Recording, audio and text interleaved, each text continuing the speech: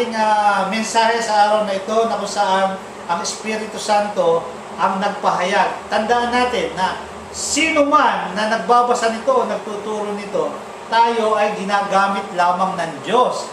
Walang boss. Ang boss lang natin ay ang Diyos, ang Panginoong Jesus. Tayong lahat ay pantay-pantay. Kaya sabi niya, magmahalang kayo. Kung kayo'y nagmamahalan, alam kong mahal niyo ako. Amen? Dumako tayo sa ating topic ngayon sa Mateo. Buksan niyo ang inyong Biblia. Sa Mateo, basahin niyo chapter 6, Matthew. Unang aklat ng bagong tipan, New Testament, Matthew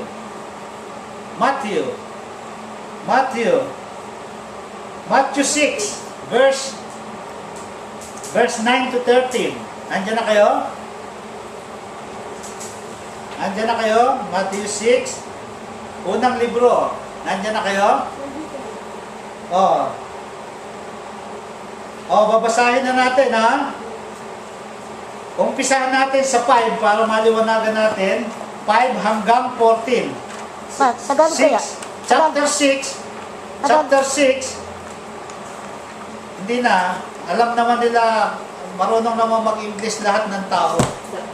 Chapter 6, verse 5 to 14. Amen? Nandiyan na kayo?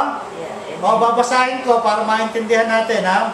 And whenever you pray, do not be like the hypocrites, for they love to stand and pray in the synagogues and at the street corners, so that they may be seen by others.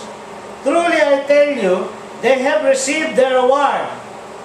But whenever you pray, go into your room and shut the door and pray to your Father who is in secret. Amen? Espiritu ang Diyos. And your Father who sees in secret will reward you. Amen? And verse 7, when you are praying, do not heap up empty praises as the Gentiles do, for they think they will be heard because of their many words. Amen? Do not be like them, for the Father knows what you need before you ask Him. Amen? Pumunta na tayo dito sa key verse. Dahil ngayon ay Father's Day, andito rin ang kapatid na panganay natin, kapatid ni Vivian, si Kuya Boyet. Siya ay isa ring ama. Happy Father's Day. Praise the Lord. So, babasahin natin. Kaya nga dito, ang selebrasyon, lahat ng selebrasyon, ang lahat ng gagawin mo, sabi ng Ama, ako muna, seek me first. Amen? Kaya ngayon, ay tutunghayan natin kung bakit uunahin natin ang Ama. Itong sinabi ng Diyos, ito ang model prayer sa verse 9. Matthew 6, verse 9 to 13. Andiyan na kayo? Pray then in this way. Sabi dito, manalangin kayo sa ganitong paraan. Amen? Our Father in heaven, hallowed be your name. Your kingdom come, your will be done on earth as it is in heaven. Verse 11. Give us this day our daily bread, and forgive us our debts, as we also have forgiven our debtors. Verse 13. And do not bring us to the time of trial, but rescue us from the evil one. Naintindihan ba natin? Ito ang model prayer, ito ang pattern ng lahat ng panalangin ng Kristiyano. Amen? Ang ibig sabihin baga, sa tatlong pamamaraan, sinasabi dito na ang model prayer na Our Father ay tatlong bagay ang ipinapaliwanag sa atin. Una, adoration. Ano sa Tagalog yung adoration? Pagtataas sa Panginoon Diyos, pagpupuri sa Panginoong Diyos. Kaya, lahat ng panalangin natin nakapattern dito, pupurihin mo muna ang Diyos bago ang lahat ng iyong hihilingin sa Diyos. Amen? Adoration. Kaya nga sinasabi dito Our Father who art in heaven, hallowed be thy name. Thy kingdom come, thy will be done on earth as it is in heaven. Ito ang adoration. Amen?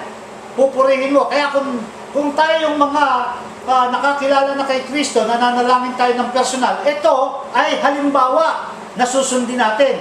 Ia-adore mo muna. Itong example na to, hindi naman ibig sabihin araw-araw ito ang dadasalin mo. No, ito ang pattern. Amen? Na ang umpisa ay adoration. Kamukha ng ginagawa natin sa fellowship. We praise God. O Lord, purihin ka, dakilain ka, sambahin ka. Umaawit tayo ng papuri sa Diyos. Umaawit tayo ng worship, pagsamba sa Diyos.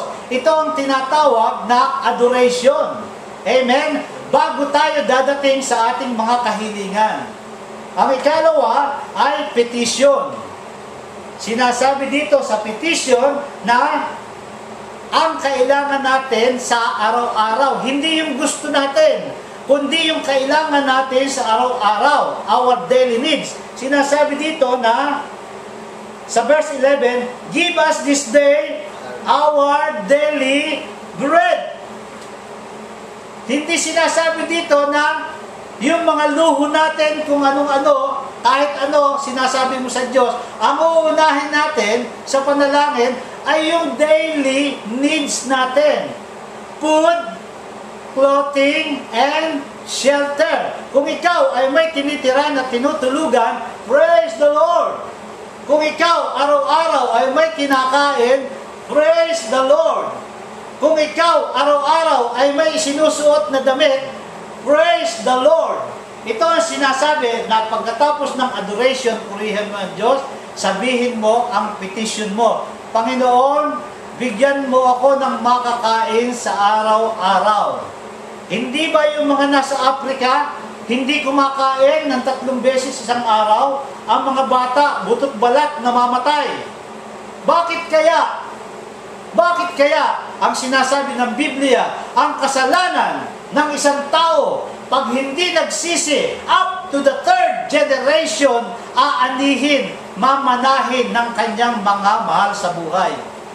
Kaya minsan sinasabi natin, Panginoon, bakit nangyayari sa buhay ko ito? Mayroong kang mga ancestor na nagkasala sa Panginoon Diyos, na hindi nakahingi ng tawad sa Panginoon Diyos, kaya inaani mo. Paano natin mapapawalang bisa itong curse na ito? Paano? Tanggapin natin si Hesukristo na Diyos na totoo. Matapos mong tanggapin si Jesus, Panginoon, tinatanggap kita na aking Diyos at tagapagligtas. Ito ang gagawin natin sa mga unbeliever na gustong tumanggap, katulad ng testimony ko nung maaga pa, na ako'y masayang masaya dahil ang kapatid ko, nang hinanap siya ng Diyos, ay halos lupay-pay ang kanyang katawan na stroke. Patay ang kalahating katawan. Pero hindi malungkot yun, kasi buhay pa siya. May pagkakataon pa siyang humapos ng husto sa Panginoong Jesus. Panginoon, sabi niya nga, magse-serve na ako. Maglilingkod na ako. Bakit iintayin pa natin yung mga pagkakataon na ganon? Bago mo sundin ang Panginoon Diyos, ang dami na nating naririnig na salita ng Diyos. Amen?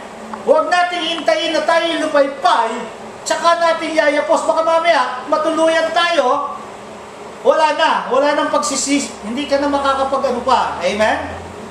Kaya ako'y natutuwa, dahil nang hanapin, kahit masakit, ang paghanap sa kapatid ko, masakit. Pero ako'y natutuwa dahil sa tigas ng ulo ng kapatid ko, siya ay Katoliko, sumasamba sa mga Diyos-Diyosan, sa mga rebulto.